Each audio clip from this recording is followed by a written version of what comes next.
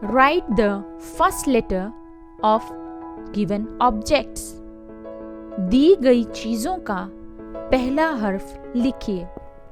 Dear children, प्यारे बच्चों, now we learn to write the first letter of the given objects. अब हम दी गई चीज़ों का पहला हर्फ लिखना सीखते हैं. First, we shall say the name of given pictures and identify the first letter of the words. Then we shall write the first letter on the lines given below. पहले हम दी गई तस्वीरों का नाम कहेंगे और अल्फाज का पहला हर्फ पहचानेंगे. फिर हम पहला हर्फ नीचे दी गई लकीरों पर लिखेंगे. This is the picture of a wall.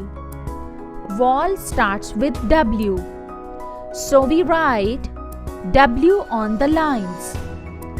This is the picture of a sun. Sun starts with S. So we write S on the lines. This is the picture of a yarn. Yarn starts with Y. So we write Y on the lines. This is the picture of a zoo. Zoo starts with Z. So we write Z on the lines. This is the picture of utensils.